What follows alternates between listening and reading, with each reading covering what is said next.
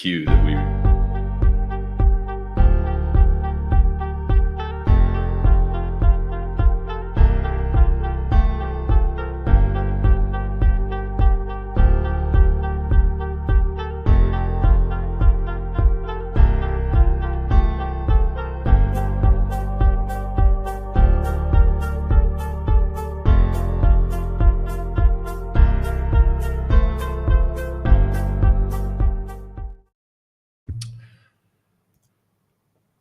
Hello, everybody. Welcome to the second All Things Alta Labs Live, or all. We appreciate you taking the time to be with us today from anywhere in the world. I know we've got some people that are coming in from parts of Asia, parts of Europe, parts of Africa, even the Americas. So thank you again for being with us. My name is Chase Harrison. I'm the CEO of Alta Labs, and today joined with us is Jeff Hansen, our wonderful CTO. We'll be hearing from him quite a bit today as we want to walk you through our controller and some things that really make us stand out in the marketplace, and why our controller is better, why it brings to market a number of strengths, things that you can actually use to sell against competition and win projects. And so we'll be covering all that later. Just a couple of housekeeping items, as well as some announcements here at the very beginning.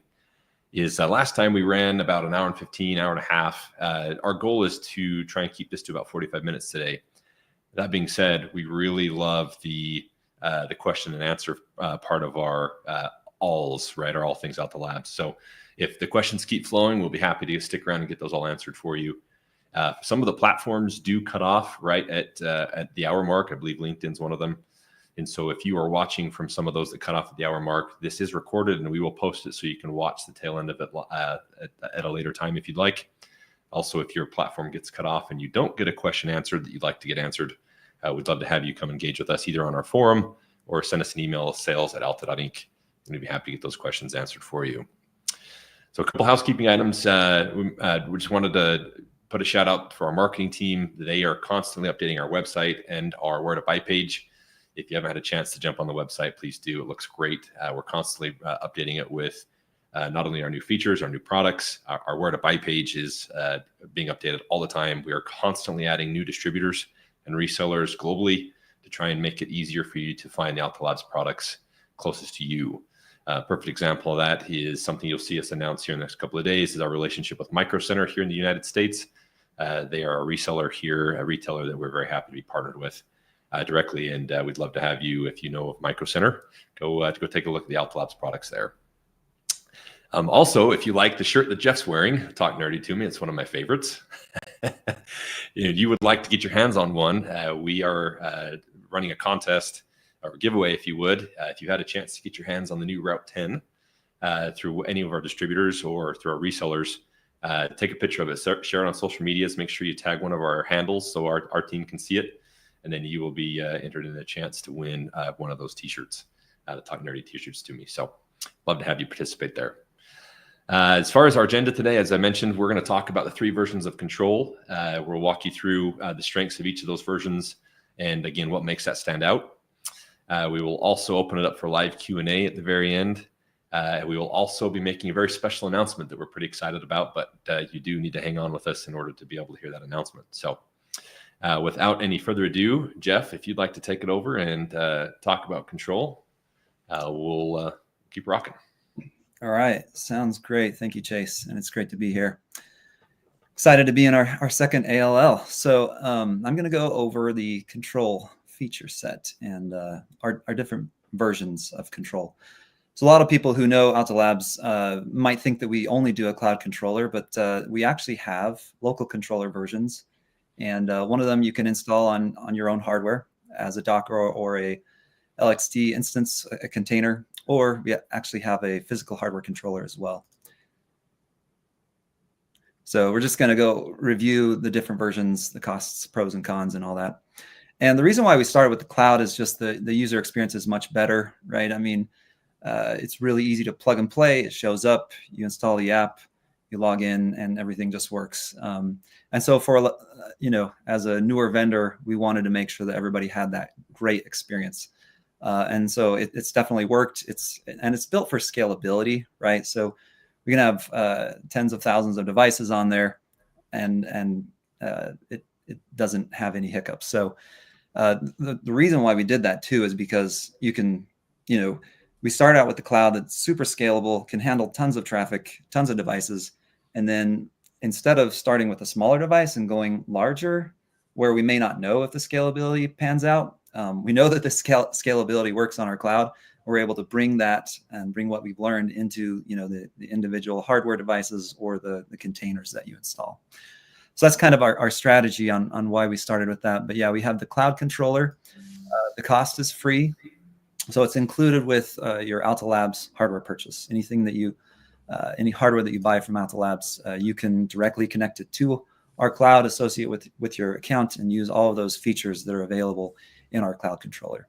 The cost of the hardware controller is $149, and this device, as it shows here, can support up to 1,000 Alta Labs devices that you can connect to it. And it can be on site, it can be in a data center. You can actually host one at your office or your house, and then use port forwarding or reverse proxy to connect a whole bunch of other devices around the world to that controller. So it offers multi-site tenancy. And the hardware controller also supports, and the downloadable controller also support the features like groups, so that you can very easily and scalably manage all of your devices from one dashboard. So yeah, the hardware controller is $149 one-time license fee, and then the installed controller. So if you install it in Docker or LXD, you have to activate that using a license key, and you can purchase that for $49 currently. So the accessibility, obviously the cloud is worldwide. Anybody can access it. We have data centers all over the world who are hosting on our CDN to be able to give you the quickest access to that. And that's one thing that we've heard many times is how fast our cloud is, how quickly it operates, how quick you can make changes and see those changes in real time. And that's all because we've very intentionally made that accessible around the world. As I've said before, our cloud is super easy to use. That's kind of why we push people towards it, just because we want to make sure they have a good experience the first time they use us. For those that are very serious or have a lot of Alta devices or have different requirements longer term, they may decide to set up a hardware controller, either one on every site that they install, or you can just use a single controller and control many sites from that single local controller. And then obviously the Docker container LXT, there's no way around it. I mean, there are Docker idiosyncrasies and things that you need to understand in order to be able to use that. And so it's a little more complicated, but it's definitely supported and works great depending on the hardware that you put it on. So you can put it on, a Xeon server or anything like that with a hypervisor and support many more thousands of devices. We are proud of our uptime on our cloud. It's very reliable. So we have a 99.99% guarantee that we have been able to keep. So yeah, anybody that goes to it is generally always online. So haven't had many problems there. The local controllers, obviously it's going to be accessible depending on your internet connection typically, or wherever you host it, their internet connection. Let's see. So all of them are, the reason why we say that the security is secure on all of them, and I'll go more into that later. But basically, whenever you go into an Alta Labs controller, you'll never see a broken lock up here, right? You'll always have confidence that when you log into the controller, there's not anybody like eavesdropping or trying to control your network or seeing your passwords or anything like that. So we give you that confidence with all of our controller versions, not just the cloud, right? With the reverse proxy, that doesn't really apply to the cloud controller because obviously it's accessible everywhere. But the hardware controller and the Docker or the LXD image also support reverse proxy, and that just makes it really easy. So if you have your own domain name like altalabs.com/control, you can redirect that to your controller that's inside your network. And then you actually point all of your devices to that as well. So it's really super easy to have a URL that you can just point all your devices to set them up remotely. We also support Bluetooth setup. So With the cloud controller, if you use the mobile app, it will automatically find the device. So all you have to be is like right next to the device within Bluetooth range, and it will automatically find it. And then you can associate it with your site on your cloud account very easily with our cloud, as well as the local controller itself. It does support Bluetooth, setup with the local device, but the controller itself also has Bluetooth. And that's really important because, sometimes you may not know what the IP address is of your controller and stuff like that.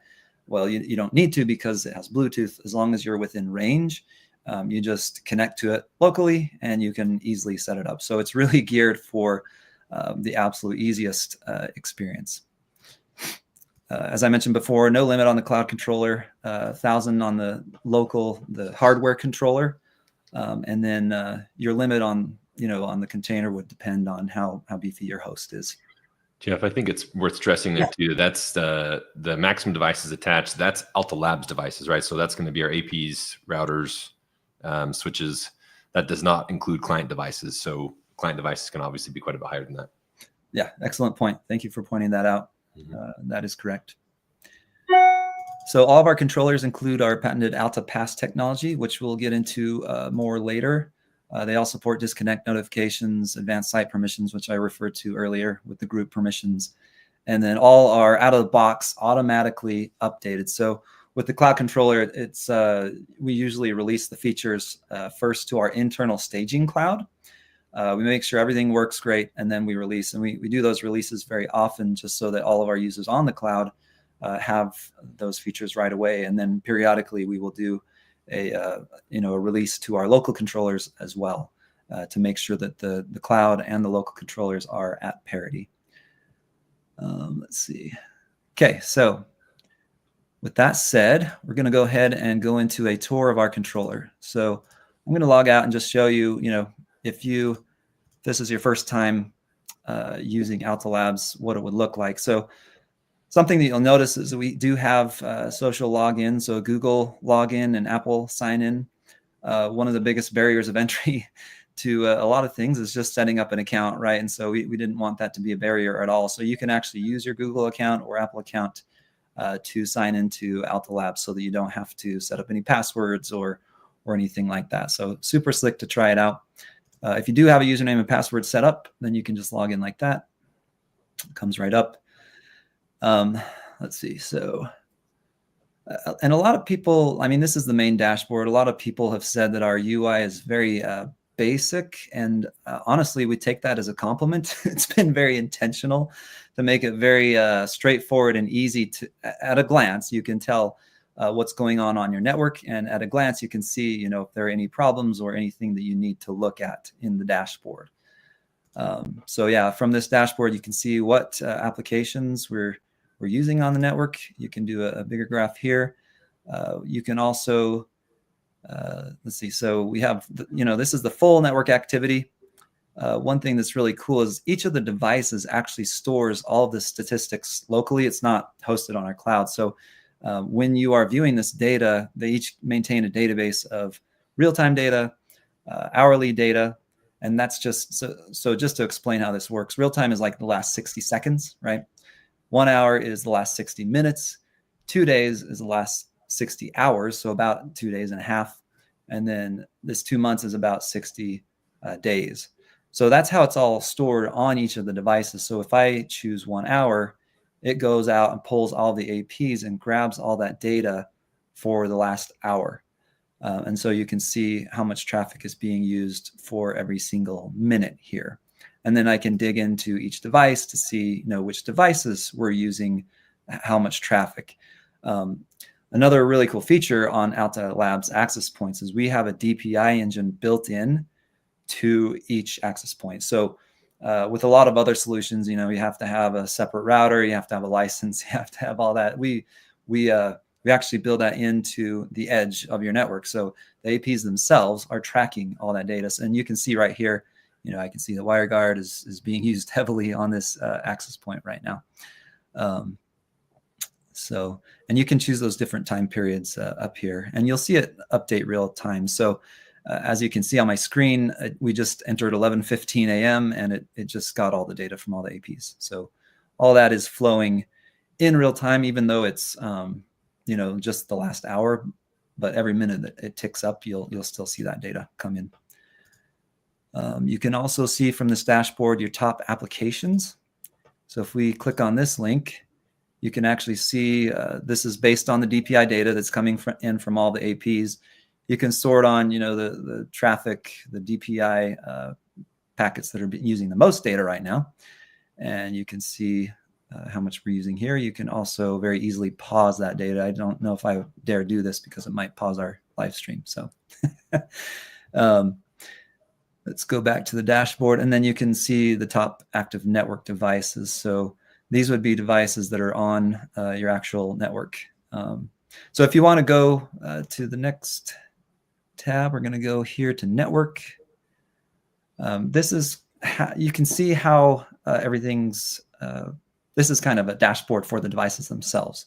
So it's not as high level as a dashboard, but right here, this is where you would go if you need to set up a new Alta Labs device. You'll see a little setup button here on the right so that you can add it into your network. But yeah, this gives you a glance of what the IP address is. And like I said, it is very basic intentionally, but if you start hovering over things, you start to see that there actually is a lot of data here that you can get access to.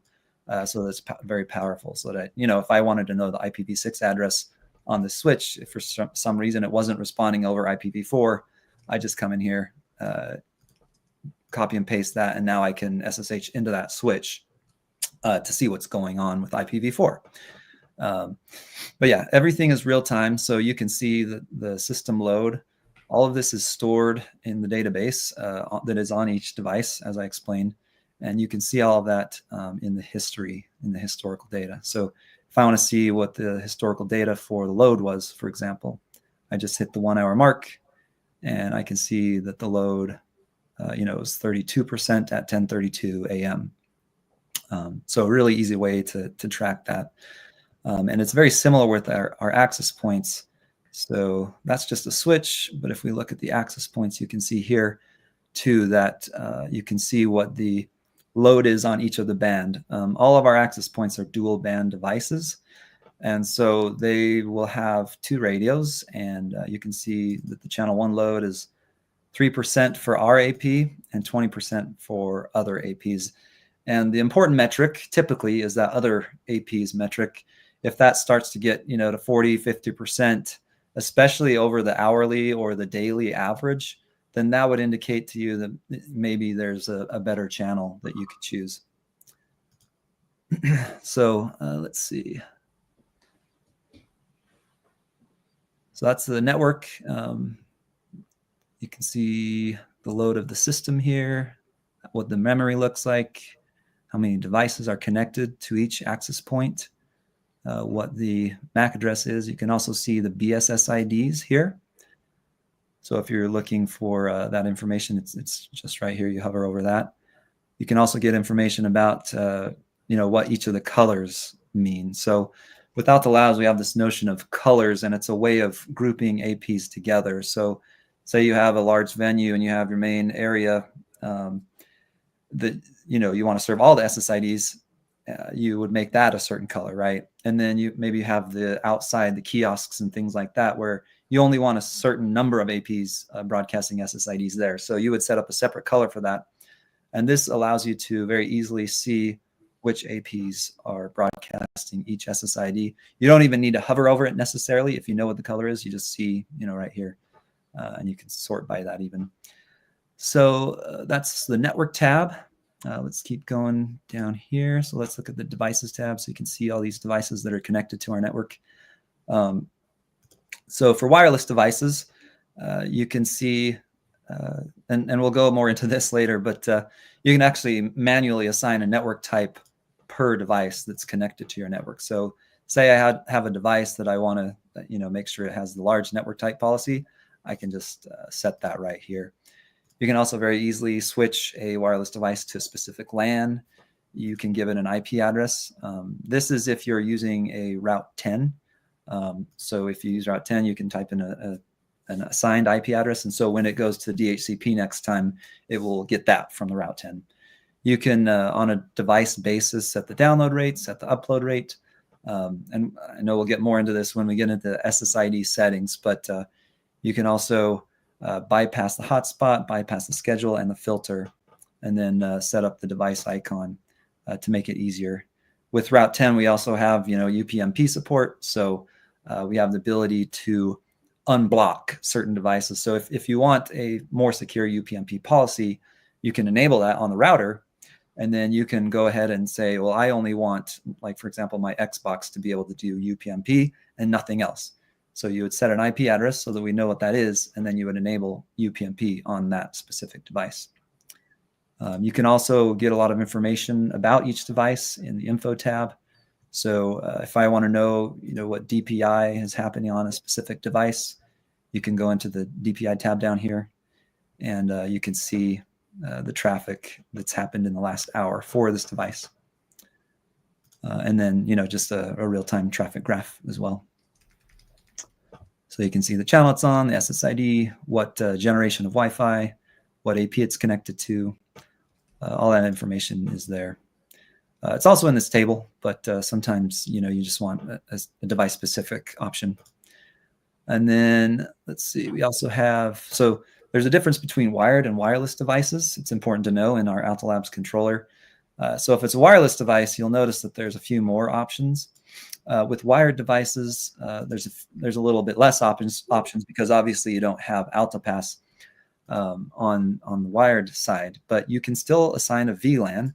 And the way this works is, for example, if you have, the way that you usually have to set this up with other vendors, right, is you have to go into the switch, you have to know what it's being plugged into, and you set the VLAN on that port. Well, what this does for you is it's a shortcut. And so if I know that I want this device to be on a certain VLAN, the controller knows, what port that's connected to. And so if I assign this to VLAN 2, it actually goes and sets it on the switch port for you. Same thing with the download rate and upload rate. It'll actually go and set those settings on the port for you. So you don't have to track down that device necessarily. You find it in here, and then you go ahead and set the VLAN on there. So super, super easy to use.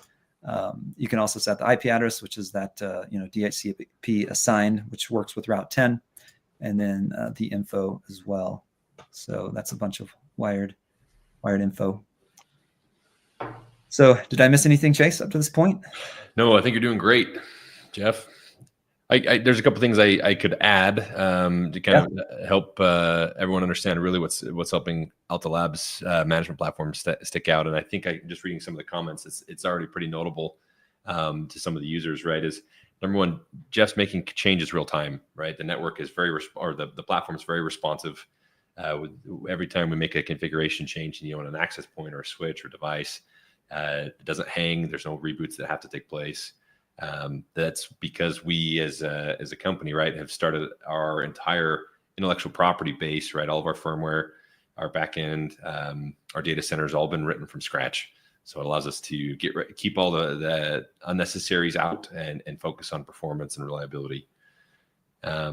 Also, as Jeff mentioned at the very beginning, right, what you're seeing here in manage.alta.inc is available license-free. That we've got a lot of competitors that charge for their cloud and charge per device per their cloud, which that can get pretty annoying. And so we here at Alta Labs don't believe that's necessary in our cloud ecosystem, right? So I know, Jeff, you're going to touch on security reliability. So I won't touch anything on there myself. However, maybe the two other things I'd like to touch on is number one, the mobile app, right? Our mobile app is also, Jeff's showing you everything in our web GUI. Everything Jeff's doing in our web GUI can be handled inside of our mobile app, and we're working tirelessly to make sure our mobile app always stays up and the feature parity with our management platform. So, and that mobile app doesn't just work with manage.alta.inc, it also works with the two versions of our on-prem controllers as well. And you can actually in the mobile app toggle between the cloud ecosystem as well as on-prem. So if you have a customer that absolutely requires to maybe have some sort of on-prem solution, you can easily still manage that remotely, right, from the mobile app, and then you can toggle back to your customers that are serviced from the cloud ecosystem. So another great feature there. And then finally, maybe Jeff, if we can bounce over there, I'll use this time to talk about groups. It's probably one of my more favorite features. Yeah, we're not jumping in front of it, but so my background is right. I was an MSP, right, and I've been in the trenches. I know what it's like to turn a wrench, work with the customers, and manage lots of sites. And I know what it's like to work with hardware that doesn't support multi-tenancy. And one of the features actually came from our community is to make sure Alta Labs is supportive or conducive to a multi-tenancy environment.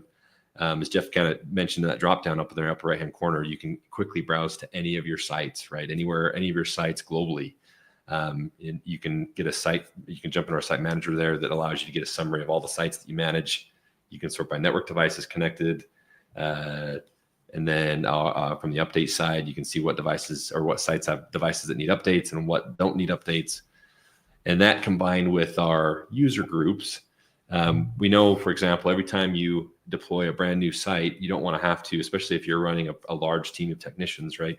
Anywhere from 5 or 10 or 50 or 100 technicians, having to remember which technicians need to have access to which site and which engineers shouldn't have access to which site.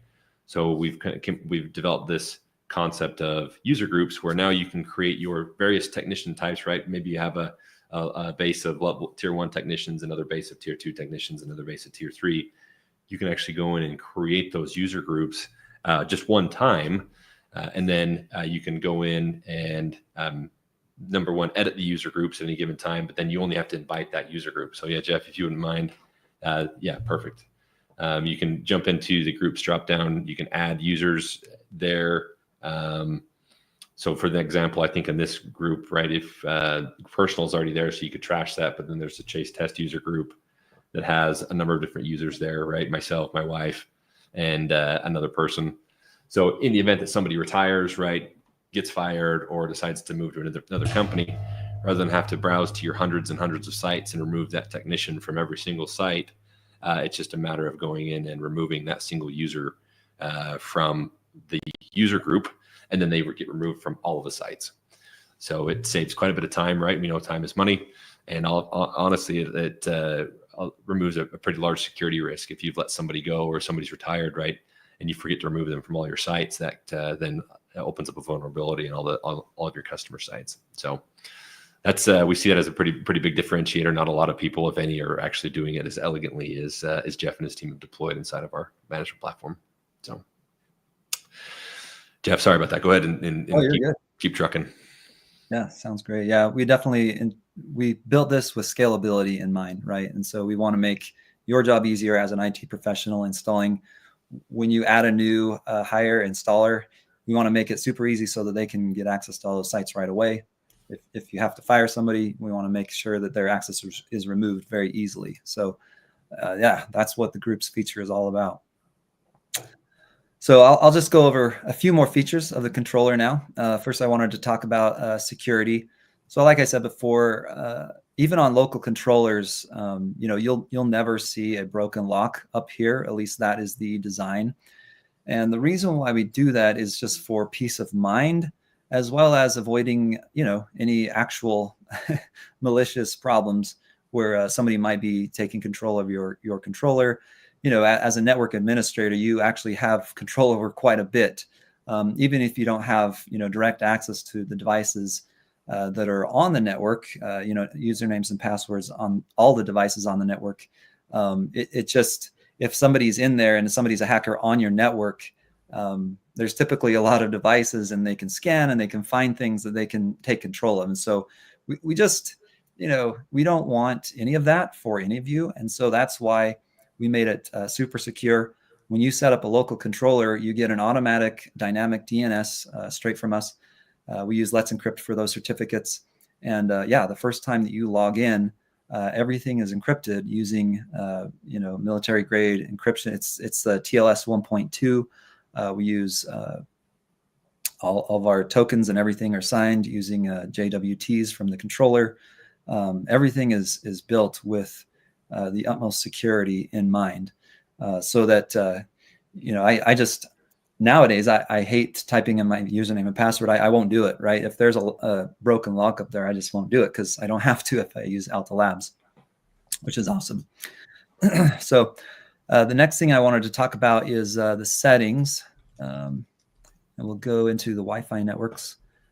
So you can see here we have, let's see. So one of the features that I referred to earlier, it's a patented feature called Alta Pass. You can actually set up a bunch of different passwords for each of your SSIDs and assign a different VLAN for each one. But it goes obviously much further than that, right? So that's just the baseline. So with Alta Pass, you actually have this concept of network types. And what that does is it implements basically a broadcast filter system. So if you have a large network, and it explains it to you right here, you can, let's see, get an explanation of all the different types. It's built right into the UI. We try to put tooltips all over the place so that you don't have to look anywhere else. There are some things, we have knowledge base articles for a lot of things, but we try to make it so that you don't have to lean on those necessarily. Try to keep the information local. But yeah, you can see here when I'm setting up an SSID, you choose what type it is. And so standard would be like your typical Wi-Fi, right? I mean, there's no broadcast filtering, but that will only work well if you have, less than 100 devices typically. Once you go beyond that, there are things that you have to do no matter what your AP vendor is, right? Like in order to make things work efficiently on the airtime. So that's what these other filters are for. So large means we actually built an ARP proxy and an MDNS proxy into every single AP. So as long as you use those protocols and neighbor discovery for IPv6 for those that are interested. So all those proxies allow us to provide communication between thousands of devices on a large network, but still maintain that efficient airtime usage.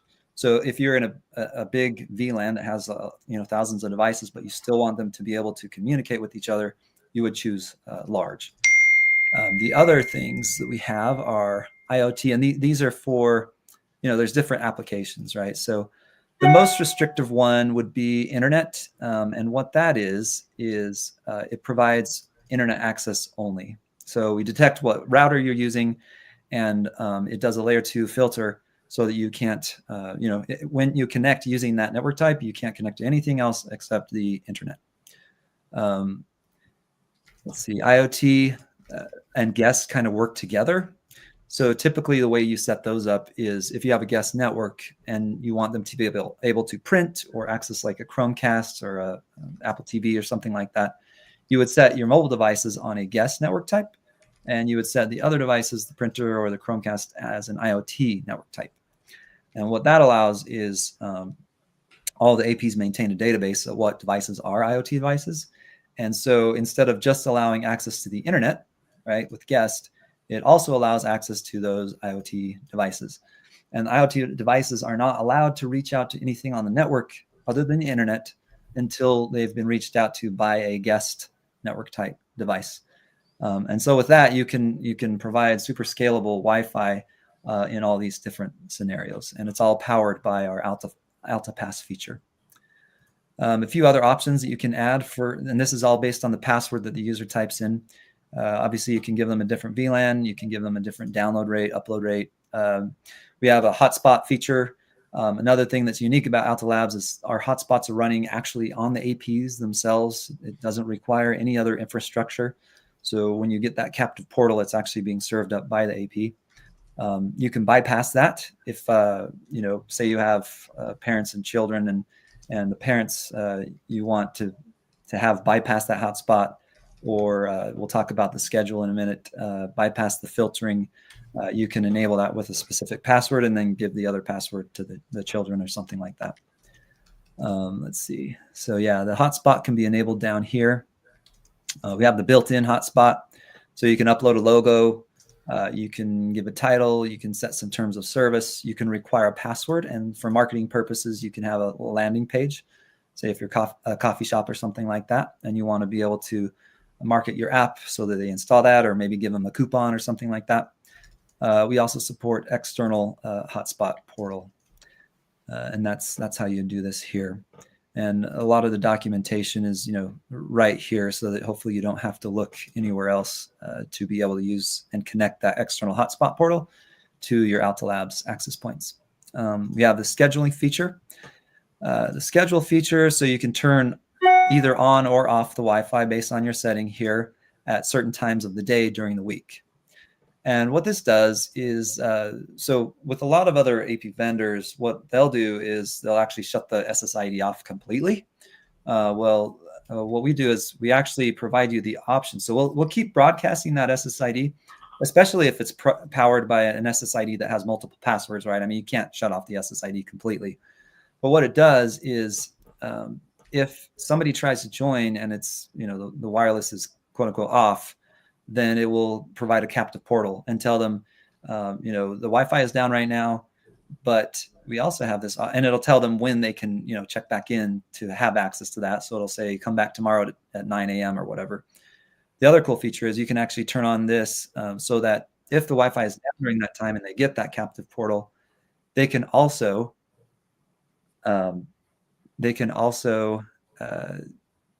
request access. So it'll give them the option in that captive portal and request access from the admin so that the admin can then allow the user onto the Wi-Fi network. So that's a really cool feature that's specific to Alta Pass as well.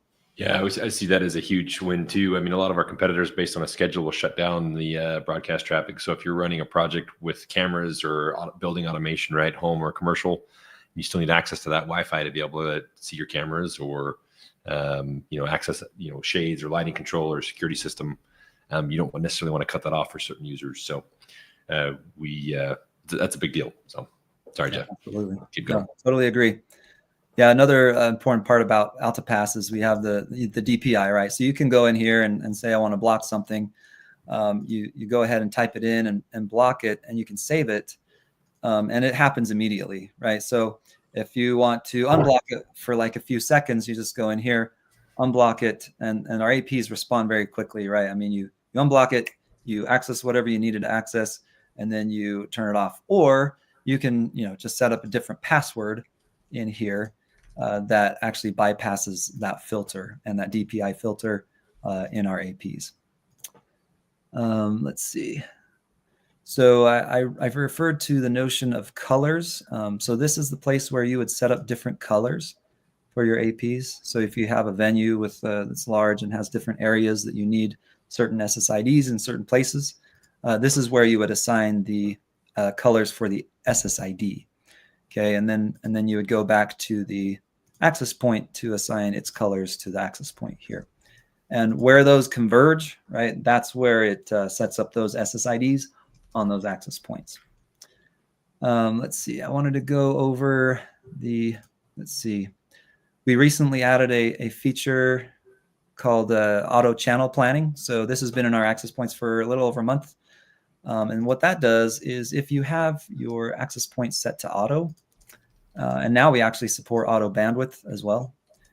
So say, I mean, in most cases, a lot of administrators, they don't want to have to deal with the RF propagation and choosing all the channels, especially, if you have a lot of APs, it becomes unbearable. And so there has to be some sort of automated way to figure out the best channels for everything. And so we've developed an auto channel that's actually built into the APs. So the APs will coordinate amongst themselves and figure out what channels are best to use. And so if you set auto here, it will actually automatically pick the best 2 gigahertz channel and 5 gigahertz channel. And in our testing, it's actually performed very well, making sure that the APs are kind of isolated on their own, and you give specific APs that channel. But yeah, I mean, it bases it on a number of factors, number of APs that are already on that channel, what the airtime utilization is on that channel.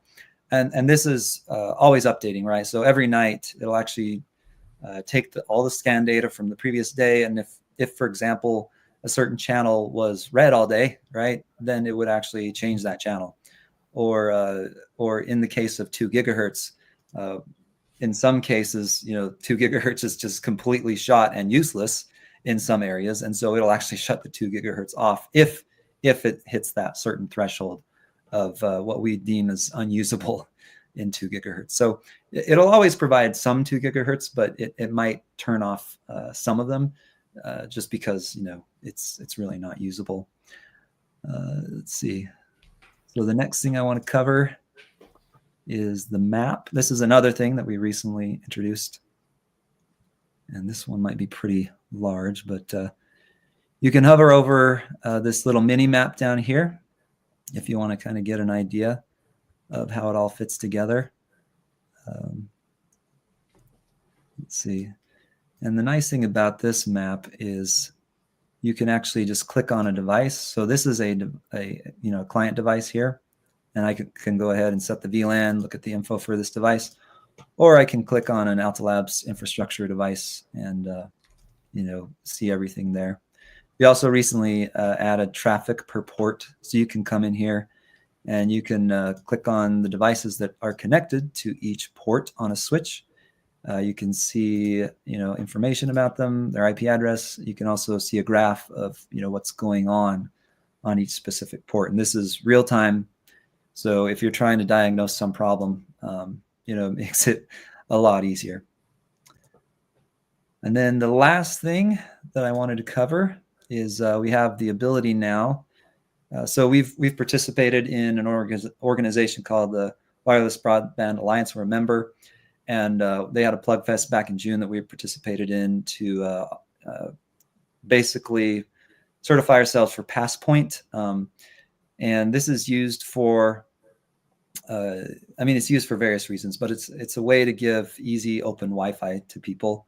Another thing that you can use this for is to actually monetize your Wi-Fi.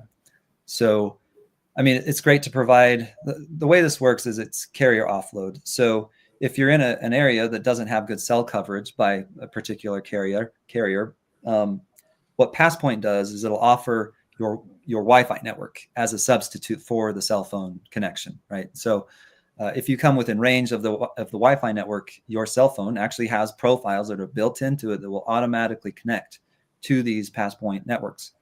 And XNET is one of those as well. Typically setting them up is historically has been very difficult. And there's a lot of numbers that you have to copy and paste. And you have to get it right? Otherwise it doesn't work at all. And debugging is sometimes difficult. So what we've done is we've actually added an easy button for XNET in particular. And we do plan on adding these for others. There's Helium Mobile, there's Google Orion, there's even Open Roaming. So we plan on having profiles for these so that if you do want to participate in these Passpoint networks, basically all you have to do is click that button and hit save and you're done. It's really, really, it shouldn't be this easy, but it is. So that's what we're trying to do, is just make the whole user experience very easy. And that's all I had planned to cover today. I'm sure we have some questions. Lots of questions.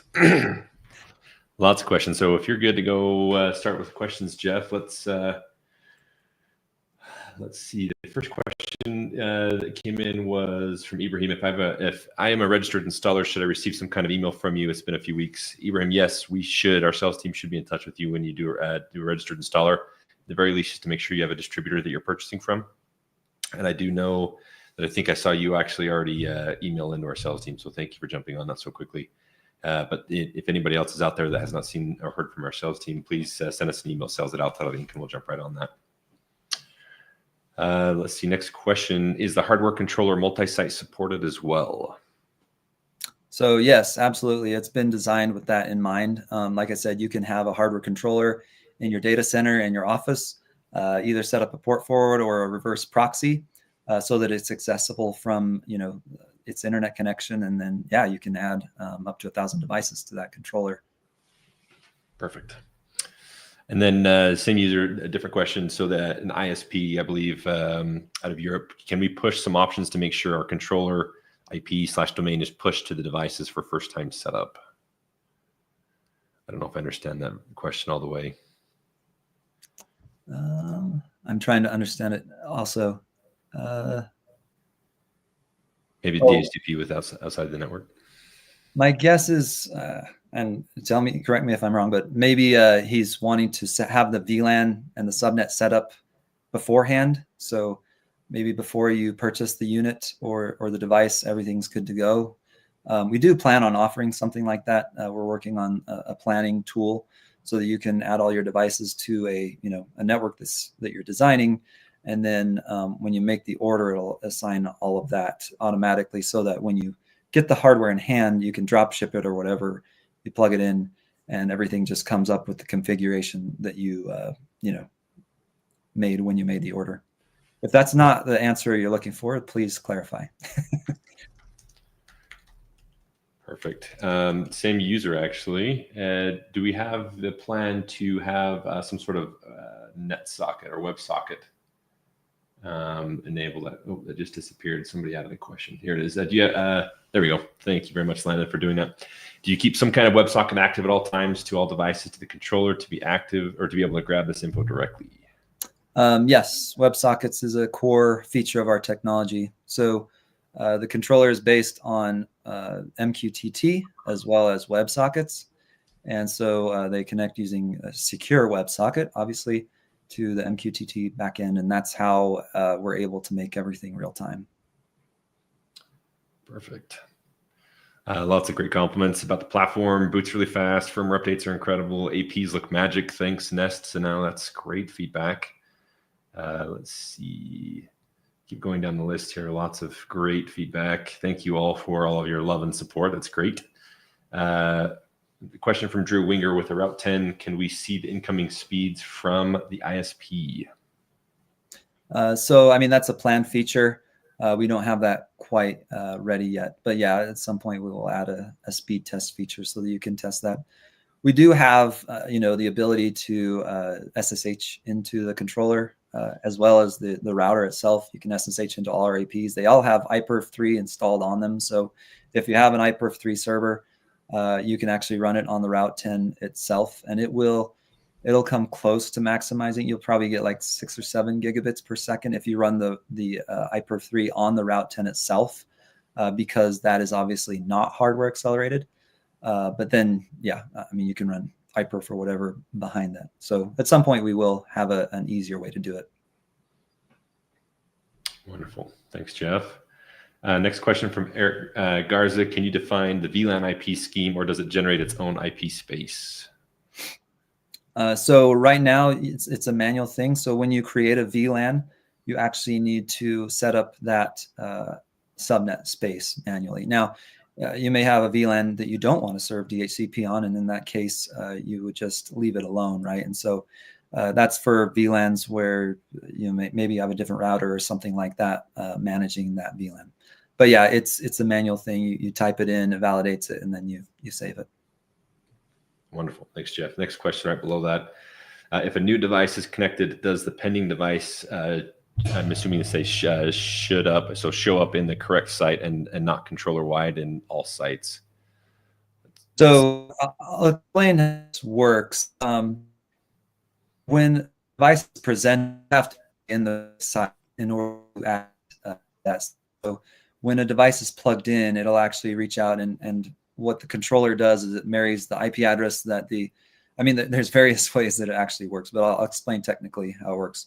So if the device is coming from a certain WAN IP and then you're logged into a controller with the same WAN IP, it will show that device on any site that you're logged into. So you would need to make sure that you are on the correct site in order and add it to the correct site. Currently, there's no way to prove that it's on the correct site, but there are. So the other thing that I'll explain is, like, once there's an Alta device on your network, it'll actually search for other Alta devices on the network. And if it finds something else, it'll actually present it to the controller. And so in that case, if you were logged in and for whatever reason, if your WAN IP address didn't marry up, then it would only show on the site that it was detected on. But typically what happens is, your WAN IP on your device and your WAN IP on your controller, your browser, or your mobile app are the same. And so it'll show up on all of your sites. And so you have to correctly associate it to the right site. Wonderful. Thanks, Jeff. Next question right below that, Landon, is Nathan from Nathan. You said it's all from scratch. I've read some things about Route 10 is based on OpenWRT. You might touch on that a little bit, Jeff, and how we leverage OpenWRT. Absolutely. Yeah. So We do run OpenWRT on all of our platforms. I mean, I love OpenWRT, obviously. Anybody that knows me who's done any development with me. So yeah, I mean, OpenWRT I feel is, I mean, the best embedded Linux platform out there, at least for APs and switches and routers. And so that's why we've used it. Now that's just the basis, right? I mean, you can obviously install OpenWRT in a lot of different things, and you get basically a shell. And there's a lot more that you have to do in order to make it easy to use, plug it into cloud platforms, and all that stuff. And I mean, it does get better over time, but it is, you know, it's open source, and it is a great tool and a great starting point. So as far as the firmware goes, yeah, I mean, there's also, you know, we use Qualcomm chips in our APs, and we use Realtek in our switches, and so our vendors will provide the kernels, right, which is not, you know, necessarily the upstream OpenWRT kernel, because we need to support that chipset, and we don't want to, you know, have any problems that you know, other kernels might introduce. We want everything to be fully supported out of the box, and so we also get our kernels from our vendors. But yeah, we do try to use and leverage as much of OpenWRT as possible. So for example, on the router, Route 10, we do use like the UCI infrastructure for configuring things. And that's just because it works really well. And the way that Qualcomm has implemented the platform is basically you set things up in Linux or in OpenWRT, and then it detects, you know, if there's connections being made, streams and things like that, and it'll then, you know, permeate those settings into the hardware and make it hardware accelerated. So it's a really cool way that combines the best of both worlds, you know, the open source features of OpenWRT, but also the hardware that, you know, it's the proprietary hardware acceleration that Qualcomm provides. Thanks, Jeff. And one other thing I'll mention there too, as I mentioned, start from scratch, right? There's a lot of other vendors out there, and I'm not saying everyone, right? I need to make sure I caveat that. There's a lot of really good other good competitors of ours that do a good job in their development work, but it's pretty easy, pretty common to grab something that's off the shelf, right? That's just reskinned from especially network gear, which leaves a lot of performance off the table. It also leaves a lot of gaping security holes that you just won't find inside of the Alta Labs ecosystem because of what Jeff and his team have been able to pull off and have done, literally starting from the ground up, right? Instead of just grabbing something that somebody else has developed. So just kind of a salute to the security that we built into the platform, right? So there's no unknown or unexpected backdoors into our network infrastructure. Another. Yeah, that's my brother. Thanks, Davis. We need to get him one. We'll have to get him a shirt. David, we need a picture of your Route 10 first, bud. Next question, Landon Rob. I know you're helping us drive the questions from Luis Ortega. We touched on this a little bit, but we'll just mention it again. His question is: there are tools to optimize Wi-Fi channels, or I'm assuming that is a question. Are there tools, and due to interference and noise floor also to track the users? We have reports where they move in plans to understand if we have low signals and other issues. So Jeff already touched on our channel planning engine that's built in. We actually even added some more features to that last night if you're checking out our release notes. But Jeff, anything else you want to touch on there? Yeah, so there's a lot you can do here, obviously. A lot of time you can spend designing tools. We've tried to focus on the most important things, right? So if you look at the dashboard, if you look at the channel utilization, that's one of the most important factors. And so what you'll see there is you can go through. So the things that I typically look at, right, if I'm trying to optimize a Wi-Fi network, is I'll look at the dashboard, the network devices, and see if there are any channels that are high utilization. In a lot of cases, the 2 gigahertz is just completely shot. So it's actually best to just turn it off completely. And we have a very easy way to do that. We just released a batch edit tool where you can go ahead and just shut off 2 gigahertz, right? And then, so yeah, that's the first thing. If you find that you need to set a manual channel somewhere, you can do that, obviously. But then also, as far as like weak users, you can go to each AP and you can see, you know, what the signal strength is on all the devices. And so if you see a whole bunch of devices that are hanging out at low signal strengths, you can maybe you need to add more APs in that area. So that's what we have available. Yeah. Fantastic. Thanks, Jeff. All right, continuing down to Nesta now. Is there a voucher authentication on Hotspot feature? So currently we do not support vouchers, but it is definitely in the roadmap soon. Yeah.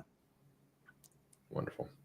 And I know that we do support some third parties like Purple, for example, that have a voucher offering in their offering. You can check out our partners page.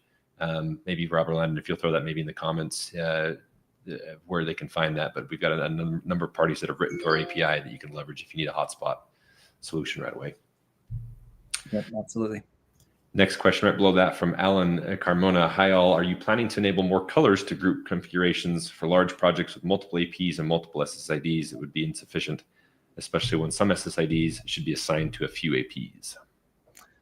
Yeah, I mean, we've had that question a couple times. The number of colors is somewhat intentional to kind of force people to use a smaller number of SSIDs. I mean, if you've done Wi-Fi at all, you know that having a million SSIDs is usually not a good idea.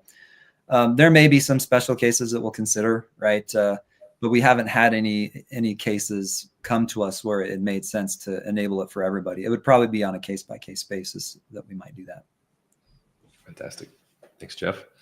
Oh, this is a good question from Sai1337. Does the filter also work on the Route 10 or only on edge devices? So currently we do not support filtering on the Route 10 yet, but that is definitely coming soon, and it will be hardware accelerated just like it is in our access points. So it'll be very fast, and yeah, you'll be able to filter and do all that on the Route 10 too. Perfect. Thank you. I think this is more of a comment. Nathan Verhulst, my map has been wigging out. Switch connects to SFP ports, but it shows two devices connected on that port, but it's just the switch.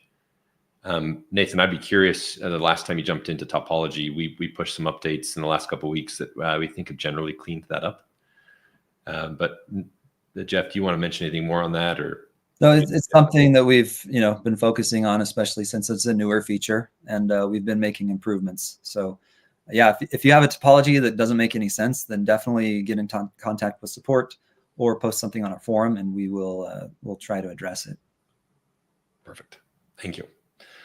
Coming in from Canada, Jason's Lab. When is WireGuard going to be implemented? I know it's a very popular question. It's been asked a couple times. So yeah, I mean, we're trying to get that in by the end of the year. But yeah, definitely a popular VPN technology that a lot of people are using. And our next VPN that will come out is actually IKV2, which is more of an industry standard, IPsec VPN. And it's really cool because it's actually fully secure. The way that it'll work is it'll go out and establish a Let's Encrypt certificate automatically for you.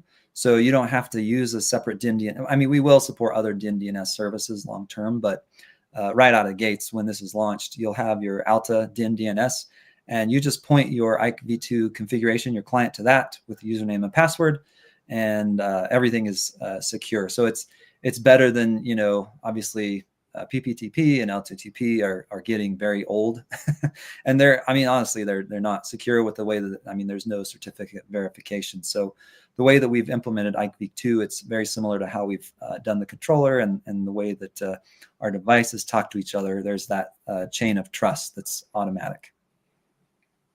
Perfect. Thank you, Jeff.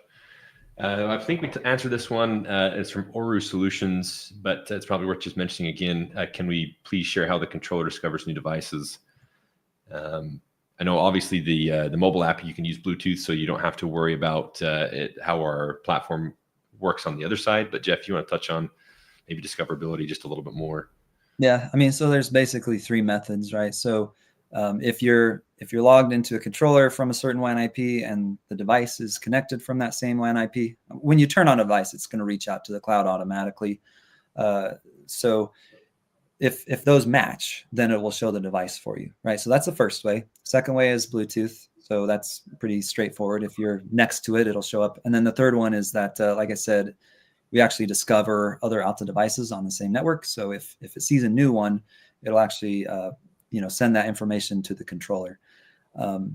the way that it works with a local controller is similar, except it relies much more heavily on that local discovery, obviously. But it still uses a lot of the same rules of, if you come from the same WAN IP, for example, if you're hosting your controller in a data center or something like that, if you come from the same WAN IP, it'll make sure that it presents that to you if it's a unconfigured device. Perfect. Thank you. Oh, hopefully that answers your questions. Next one from Alan Carmona. Any plans to enable a feature to force a device to connect to a specific access point? We've heard that a couple times. It's not in the immediate plans. What we've seen is that when you try to do that, you end up creating more problems than it's worth, because devices just have a hard time finding the AP that you want them to connect to. And so what I generally recommend, if you run into this problem where you have to do this, is, sometimes you just have to create a separate SSID where you can force that device to that AP, and that will definitely get you exactly what you want. And we have a postage machine here in the office that absolutely has to have its own SSID. It's a pain, but totally get it. Yeah, that might be a good case for more colors, but honestly, yeah, it's it's pretty unique. Yep, agreed. Actually, another question from the same user, Alan Carmona. Finally, any plans to enable a restart button for APs and switch? We haven't got a ton of requests for this. It might be something that we consider moving forward. The way that we've designed the firmware and the hardware, right, is we haven't heard any cases of anybody needing to reboot to maintain connectivity, right? You might actually get that, like Chase said. A lot of other vendors provide off-the-shelf open source or even their own proprietary firmware that really they haven't spent a lot of time. We are very focused on stability. And so if there's a crash or something like that, we fix it right away. And so you don't actually need the ability for that. And that's why we haven't offered that. But, we might add a feature where, like, some people, for example, don't like that you can push the reset button so easily. Well, we've had ideas of making it so there's an option to require pushing it down for 30 seconds, right? Making it so you would have to try really hard to reset it. And maybe we could do something like that, where as an option, you push the button and it resets. But it's not in the current plans. Great. Thanks for those questions, Alan. Jorge, shout out for Spain. That's right. I've got my España license plate there behind me. You're absolutely right. I lived in Spain for a couple of years, so it's a place near and dear to my heart. Let's see. Next question from Ivan I30N. There is any way to make a zero-touch configuration, just adopting serial number of the device, and when it gets connected to the internet, then will appear to the cloud? Yeah, it is on the immediate roadmap. We haven't released it yet, but it will be coming soon. Awesome. Let's see. I think we are. Next question from Varun Tiramula Reddy. I'm sorry if I butchered that name, Varun, but what is the roadmap for firewall features, additional zones, logging, IDS, IPS, integration, etc.? So we have a list of internal features. We haven't shared, I don't think, the roadmap publicly yet, but yeah, there's several features like WireGuard, like V2 is coming really soon, static routes, stuff like that that we want to release by the end of the year. And then we do have an aggressive schedule for the beginning of next year as well. So we haven't shared that yet, but yeah, we do have a roadmap that we internally have all the features. Yeah, we know the IDS IPS is pretty popular. It comes up on almost all of our influencer reviews, right? They're anxious to try benchmarking with our Route 10. A lot of guys are kind of waiting with bated breath, right? Can we maintain 10 gigabit per second throughput with IDS and IPS enabled? And I think everyone's gonna be pleasantly surprised when they see that come out and what we're actually able to accomplish. So more to come. Next question from Sayan coming in from Singapore. Say it's good to see you on the call. It's got to be late there. But can I do custom DHCP range, e.g. start from 192.168.1.11 or 111 and end at 200, for example? Yeah, so we actually tried to make it super easy. And a lot of people who are used to the clunky interfaces of other networking vendors find it actually a little bit confusing. But yeah, I can actually show you maybe. I'm going to share my screen.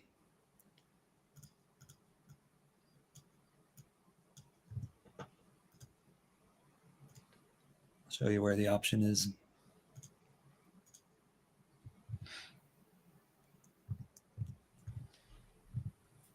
Okay. So you go into the network configuration is tied very heavily to the devices itself. And so that's why typically you access the device configuration on the device itself, not necessarily in settings for like VLANs and WANs. And that was, done intentionally to try to make it more intuitive. But we are finding that we need to add some shortcuts into where people might expect it to be. But this is where you would set that up. So you go in here and set up the VLAN. So reserved IPs is the number of IP addresses that the DHCP will stay away from. So say I have this subnet here. Basically, the first IP that will be assigned by DHCP would be 192.168.0.80.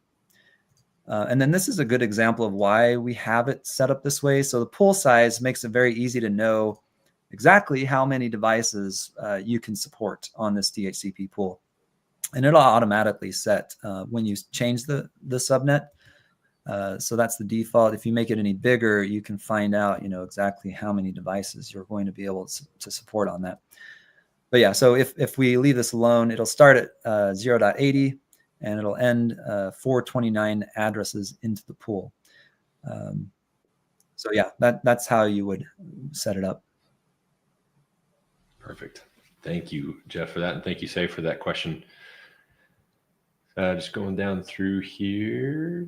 Let's see. Next one, actually, from your brother, Davis Hansen, is geofencing coming to the Route 10? That's probably a little bit further out, but we definitely have it on the roadmap. Yeah. Wonderful. Next question, a little bit further down from Nathan Verhelst, ETA on the IKEV2. Yeah, that'll come out any day. We're just doing some final testing, so maybe today, maybe tomorrow, but that is definitely on the cusp of being released. So super excited about that feature. Yeah, agreed. Thank you, Nathan, for the question. Nick, next question from Beta Twins. Any plans on a directional AP where you can crank up the power? Right now, we don't have anything on the roadmap yet. I mean, we definitely understand the importance of a directional AP for like stadium environments and things like that. But yeah, we don't currently have that available. Next question from Alan Carmona. Are you planning to release a 48-port switch? Yes. So that's another one that hopefully by, I think, second quarter next year, we plan to release a 48-port switch finally to complete that wired networking portfolio for, the small and medium-sized businesses. Yeah, very excited about that. Next question from Eric. Can you make a feature to allow the on-premise controller to automatically take over if the cloud manage is down for whatever reason? Would be good redundancy and could sell more controller hardware. Yeah, I mean, it's not a bad idea.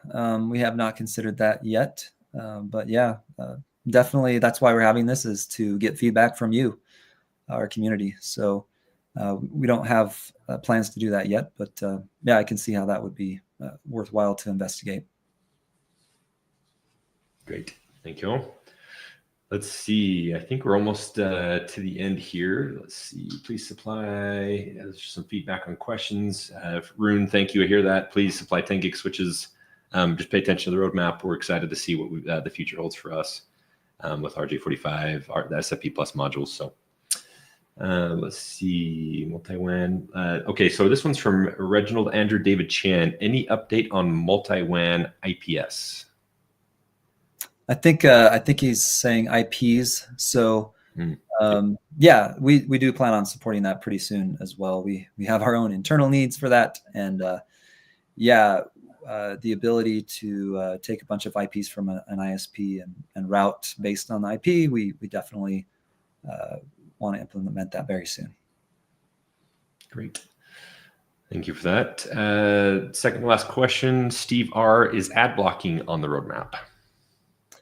Right now, that's probably a little bit further out. I know that there are plenty of other, DNS services that you can use that are free and readily available if you need to do that right now. But yeah, I mean, longer term, I definitely want to get into that, but right now it's not on like the real near term roadmap. And then thank you for that, Jeff and Steve. Texpresso, a couple of your suggestions, comments. Thank you for that. This one, can I suggest site backups from Cloud Controller? Yes, I mean, that's something we're working on, right? It's not released yet, but for now, I mean, there are some things that are very technical that you can spend a lot of time on, and you don't want that time to be wasted. For example, the firewall rules, right? So we do actually have the ability to download, export all of your firewall rules to your local PC or whatever. Even mobile app, you can download and upload firewall rules on our mobile app. So it's supported across the board. And we do plan on making that more readily available for other features and configuration options in the controller. Great. Thanks, TechSpecial, for the suggestion. Thanks, Jeff. Last question, Rune. As far as the EMA distributor product stock list, most of our European distributors have most of our products in stock. The exceptions would be our Route 10 and our Outdoor AP. We've got a lot of our distributors that do have them. There's a lot that also do not have them. I would say, Rune, if you can get in touch with our sales team, email us sales@alta.inc and let us know where you're coming from and what you're looking for. And we guarantee we can find you some product that you can get brought in, no problem. Before we make our announcement, first of all, thank you everyone for taking your time to be on the call with us today. Thank you for taking the time. We are over the hour mark a little bit, but those questions kept coming, so we wanted to make sure those all got addressed. I'd like to give a special thanks to both Rob and Landon from our marketing team. They are definitely the wizards behind the scene, making us look good, nice layout, feeding us the questions that come into our platform. So thank you for both of them and all the dedication they put to the Alta Labs brand. Also, shout out to our support team. With the release of Route 10, our support team has been fielding a lot of volume, a lot of calls, right? Phone calls, text messages, chats, emails, the forum, you name it. So thank you for that. And I also want to plug our support. That is another thing that makes Alta Labs stand out amongst from all of our competition, right? If you want to get support, especially call-in support, generally you have to pay for it. And with Alta Labs, you do not have to. So we do have a phone number that you can call. You can check it out on our website. That generally only probably works with North American customers because it's a toll-free. We have a local number as well we can share. But we'd love for you to come engage with us on our forum, chat us, whatever is most convenient for you. We will do our best to support you in your projects however we can. And then let's see, as far as special announcements, Jeff, do you want to take that one? Yeah, for sure. So we are actually going to release our control. So up until now, you've had to pay $49 for a single site license fee for control, and you can install it in a Docker or an LXD environment. We are actually going to waive that fee, so it's completely free until the end of the year, and maybe we'll go longer, but yeah, we're at least doing that. So anybody who's wanted to try out Alta Labs, but didn't want to do it because we didn't have a local controller that you could install on your own hardware, now it's extremely easy. And the link is manage.alta.inc/control. And I'm going to share my screen one more time just so that everybody can see where it is. So you go to manage.alta.inc/control. You can have up to 5 licenses, put in your email and register. This will send you an email. You click on the link in the email and that generates a license for you. And that's what you use in control. And then you can use our help, our knowledge base article here. We also have a video. Try to make it as easy as possible. We know that Docker and LXD have their own problems, right? But we try to make it as easy as possible to use these technologies to run our controller on our hardware. And I want to explain one other thing that I didn't hit earlier. The reason why this is tied to our cloud at this point is really all about what we've been talking about this whole time. It's all about user experience. We didn't want to jump straight to self-signed certificates, obviously for security reasons. We didn't want to jump to your own certificates just because it's a lot more complicated to manage that. For right now, we do plan on adding support for those long term, But right now, the local controller, when it first sets up, it will go ahead and grab an Alta Labs DIN DNS that we set up for you automatically. And so you get that Let's Encrypt certificate out of the box. And so, yeah, super easy to set up as far as that goes. And that's why we did that. Wonderful. Thank you, Jeff. So yeah, very excited to announce that the self-hosted version of the controller will be free until the end of the year. I do want to also mention right there, we will support you the best way we can there as far as deploying that. But our support team will ask you some very specific questions, right? If you're coming to us trying to receive support on how to install that in your hardware, you need to make sure that obviously you're installing that in the appropriate type of hardware, right? That it's not resource constrained, and that there's plenty of resources available to it. And so again, we'll do our best to support you, but again, please take advantage of that. We'd love to have you. If that was kind of one of your last little barriers to entry, right, with Alta Labs, where we wanted to remove that, so you have a chance to get a feel for everything that you just saw that Jeff shared with you. You can see hopefully all of our platforms, right, that we're seeing a lot of guys that have used Alta Labs that have supported us now for well over a year and a half, that have absolutely loved the experience in the cloud, love the experience in the on-prem controller solution. So anxious to hear your feedback too. We invite you to come check out our forum if you haven't done so already.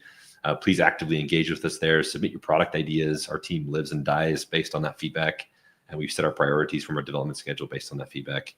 And if there's anything in our product lineup that you'd like us to see, please also share those ideas. That's all stuff that helps us kind of mold and shape who Alta Labs is and will be into the future. So also special thanks to Jeff and his team. Thank you for all you guys do, the tireless hours of bringing to pass our vision and goals with Alta Labs. I'm seeing those firmware pushes, the updates that come out on a very regular basis are absolutely incredible. I know our community loves it too. So before I wrap up, Jeff, anything else that you'd like to share? Anything else you'd like to say? No, just really appreciate our community. Thank you so much for supporting us. We love doing this. So love to keep working with you in the future. Wonderful. Agreed. All right. Thank you again, Jeff, for your time. And thanks everybody for joining us on our second Alta Labs Live. We will hold these monthly. Please watch your inboxes and social media for our December event. We'll wrap it up. Goodbye.